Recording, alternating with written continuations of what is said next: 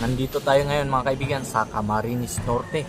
At ang ulam natin ngayon mga kaibigan, Bicol pasalubong pa din mga kaibigan. Kaya meron tayo ditong bagnet, no? Bagnet ng Bicol mga kaibigan by Jimmy's Chicharon Bagnet Daet Camarines Norte, no? At itatry natin tong kung masarap nga ba yung bagnet dito sa Bicol mga kaibigan. Meron din ditong bagnet.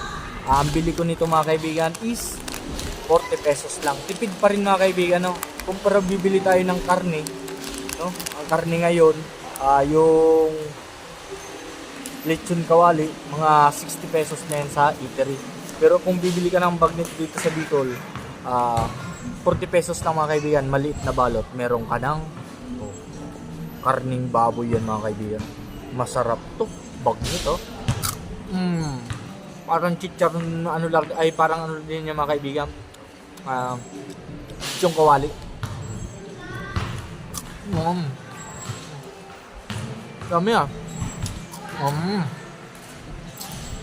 Bicol pasalubong ang ibinibida natin yan mga kaibigan. Pero sa ibang lugar sa Pilipinas, marami din bagnet. Ito yung binibida natin, bagnet ng Bicol. Yummy. Medyo spicy siya ng konti mga kaibigan kasi sa Bicol nga tayo, ano?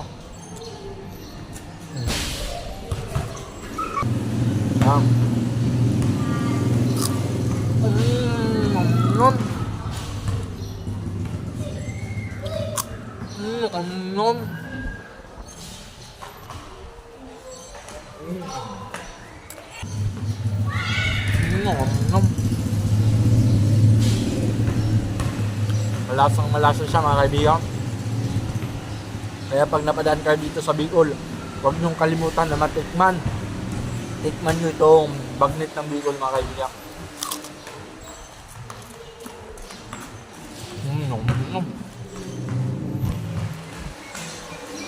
Tapos din talaga ang mga pasalubong dito sa Bicol. Tipid pa rin tayo mga kaibigan, no? At special to dito sa Bicol.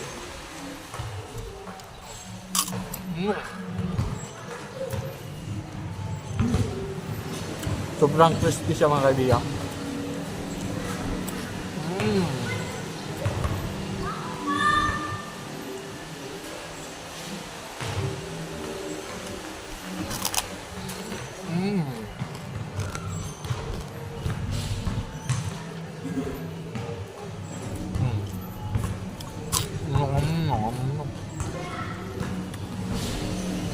Pero sa mga ganito mga kaibigan, pag mga high blood, hinay-hinay lang kayo, no?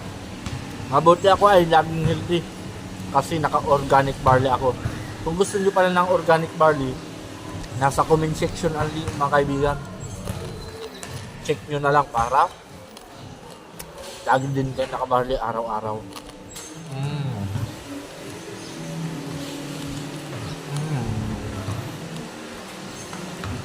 Sabi ito,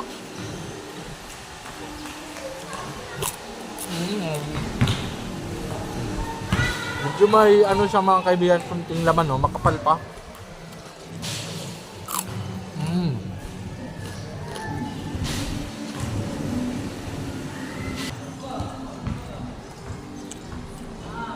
Malapit na natin maubos mga kaibigan yung 40 pesos na bagnet natin, no? Gusto mo makatikim ng lechon kawali, dito ko lang sa bagnet. Mura pa.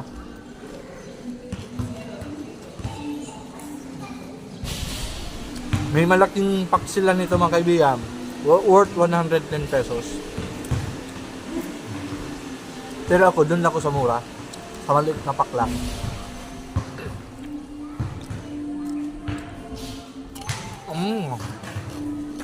Dami.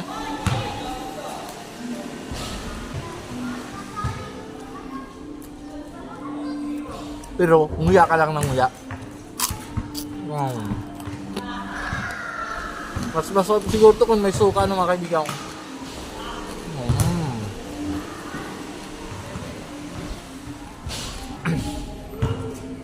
Solve na tayo mga kaibigan sa ating tanghali, ano?